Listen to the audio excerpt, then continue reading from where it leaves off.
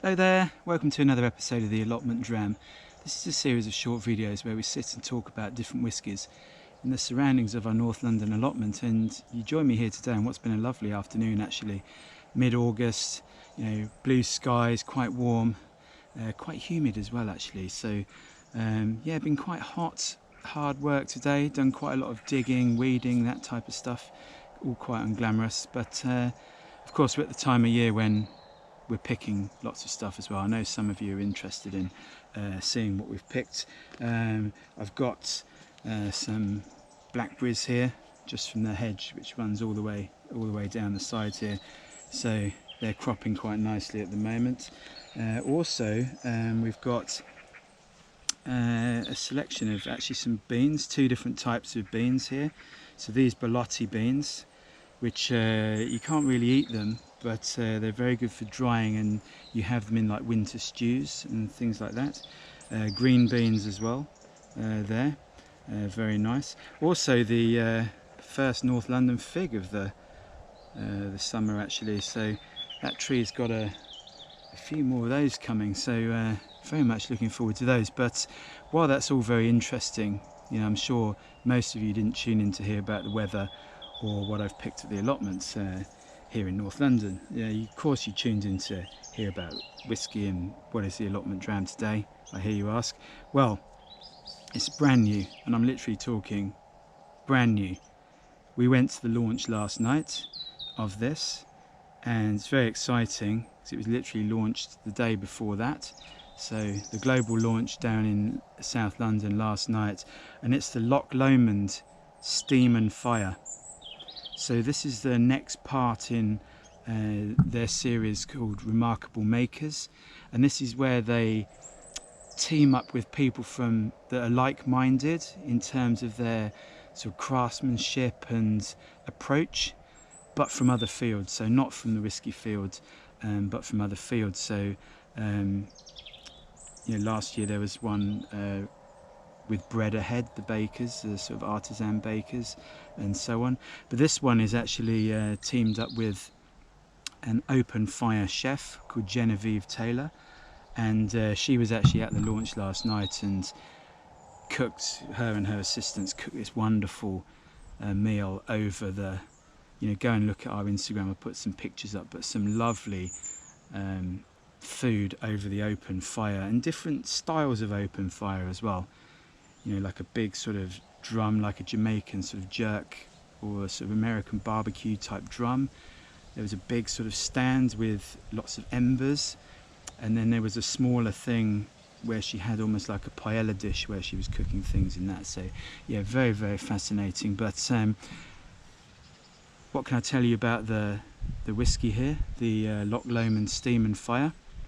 Well, it's been put together by the master blender, Michael Henry, who very fortunate to have a chat with last night at the event.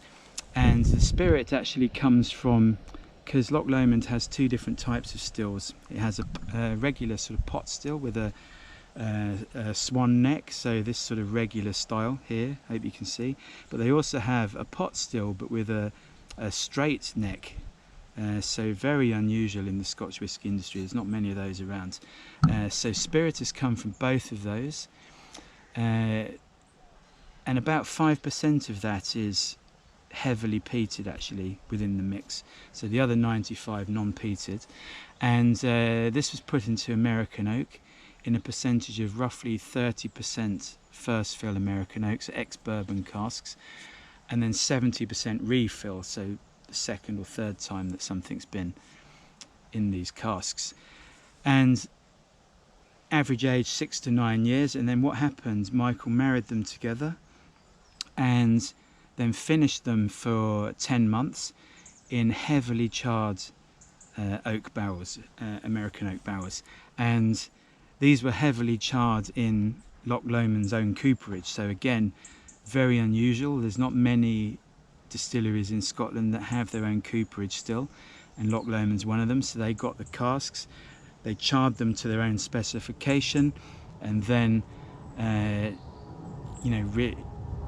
really could control what they wanted. So they then put this sort of marriage of these different spirits from the Swan and the Straight Neck stills and this little bit of heavily peated, married them together and then finished it in these heavily charred casks for 10 months. And yeah, it's bottled at 46%, and it's going to cost roughly £45, so you know, not too bad at all. And obviously we did try it last night, but they very kindly gifted us a bottle, so I'm going to open this one and taste it with you now. I think we should do that without further ado. It's quite enough chat really. So let's see. As you can see, it's quite a pale colour.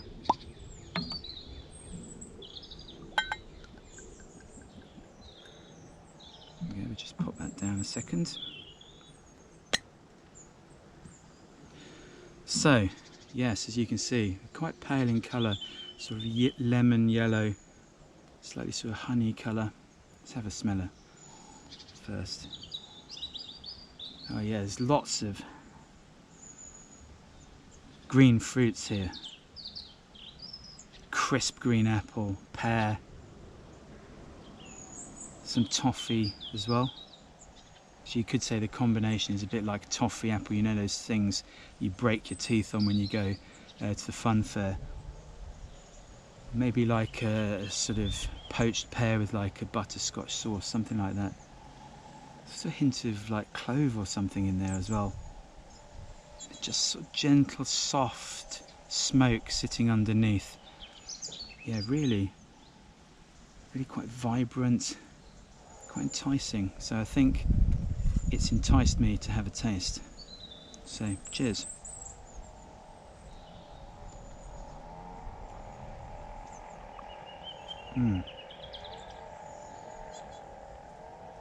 Gosh, that's really quite good. Really juicy. This green fruit, again this poached pear, toffee apple. This gentle smoke underneath. A bit more pronounced spiciness, that clove, there's some cinnamon.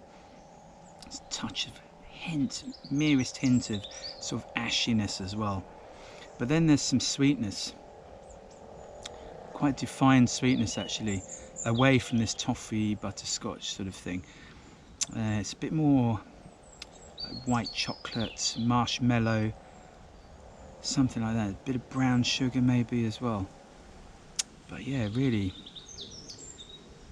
quite delicious. So I have to say, we had a couple of glasses of this with a tasting with Michael Henry last night, and went down very well actually with the open fire food. Obviously that had a sort of lovely sort of smokiness running throughout the food, and this just sat nicely, sort of cut quite cleanly through some of those heavier smoky flavours. But let's have another taste.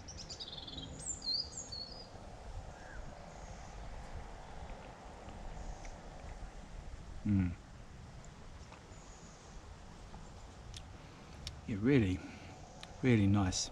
Really nice mouthfeel actually. Quite gripping. Yeah, really nice. The bit more spiciness coming through now, and just this smokiness running underneath everything. Kind of sort of wisps around, a bit like the smoke did from Genevieve Taylor's sort of open fires where she was cooking on last night. You know, it kind of wisps around and you don't really notice it until you get home and like all your clothes smell of sort of smoke. But yeah, you just don't notice it's there, but it is. It's kind of binding everything together, and it's also a slight citrusy thing coming through quite late actually, like orange peel, maybe a bit more candied than that, maybe a bit more like marmalade, something like that. But yeah, very nice. Obviously delighted to go to the global launch last night, but you know, equally delighted to get a bottle of this. The Loch Lomond Steam and Fire refers to, actually the name refers to the two different processes, which is actually shown quite nicely. Quite like the packaging actually. So the steam part refers to the steam within the distillation. So you see the still there, you've got all different parts of the sort of distillation process. Spirit safe there, if you can see it. So that's what the steam part, and then the fire part equates to the sort of coopering and the fact that they have their own cooperage and they charred their own barrels, so directly fired the inside of these barrels. So you can see the barrel there, sort of with the flames coming out, and various other like tools, the cooper's tools, the hoops there, and so on. But yeah, so quite nice packaging as well. But yeah, not bad. £45. That's roughly, I think, what the RRP is, recommended retail price. So I think that's probably really it from myself and the Loch Lomond Steam and Fire. This lovely sort of Highland single malt, from Loch Lomond there, literally, well, right next to Loch Lomond. That's where they are, village of Alexandria. So yeah, I think from myself and the Loch Lomond Steam and Fire, we will bid you farewell, and we will hopefully see you for the next Allotment Dram very soon. And thanks for watching. Cheers.